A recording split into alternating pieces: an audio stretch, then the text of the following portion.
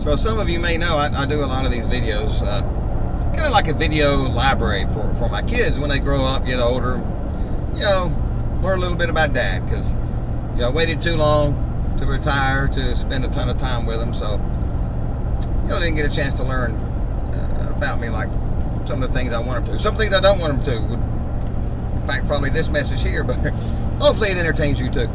But I was listening to this song. I don't know what it is.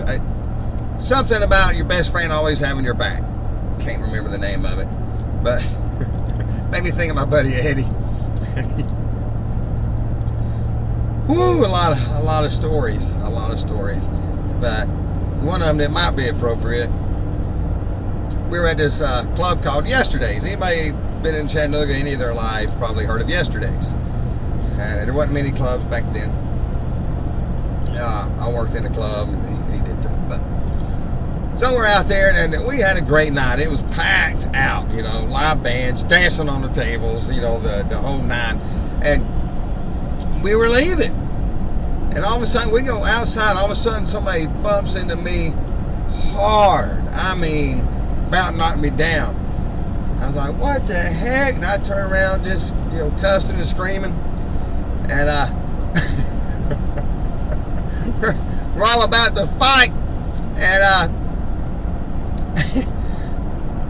I realized there's somebody I went to high school with, David something. I was like, oh my God, what's up, man? Sorry about that. We start hugging each other, the Budweiser commercial. Oh, I love you, man. It's just a great little reunion.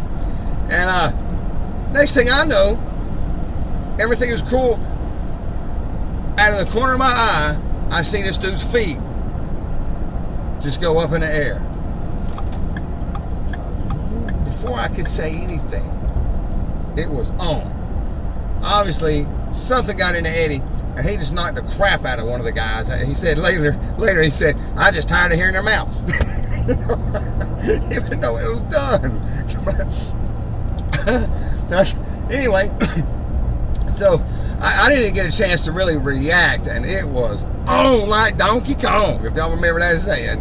Holy crap. I mean, all I could do, there was fists flying, feet flying.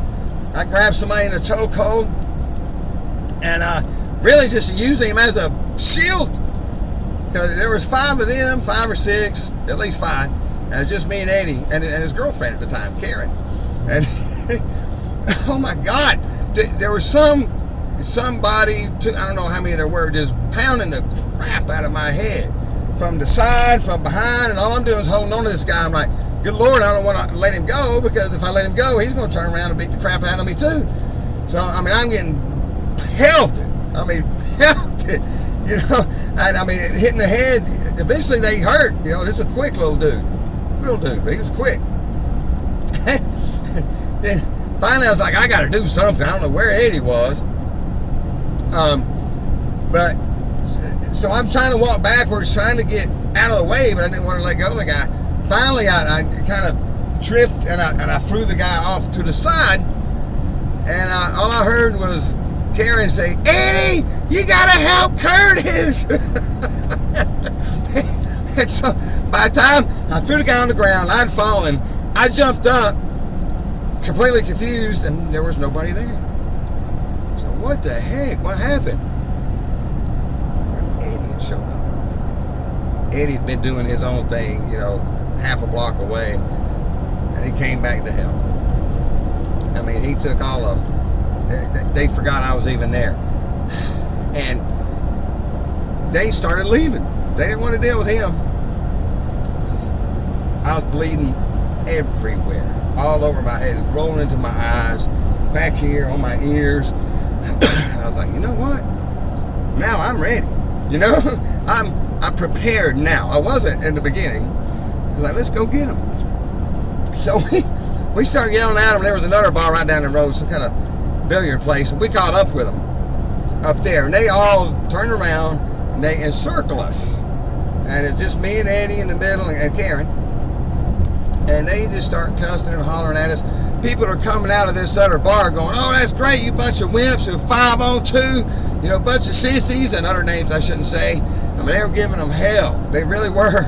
And one guy kept cussing Eddie's girlfriend, just screaming at her. He walked right over there, just popped him right in the face, man. And they didn't do anything. You could tell either they were scared of us, or they realized that, hey, this wasn't really fair, and they're going to look really bad, right? I don't know what it was, but they ended up walking off.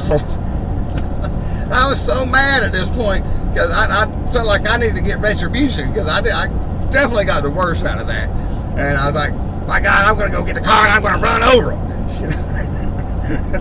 Like, where did they go? And Eddie actually talked me out of that. Thank God. Boy, I was mad. Anyway, just maybe there is a life lesson there, kiddos. If you're going to do crap like that, make sure you have somebody like Eddie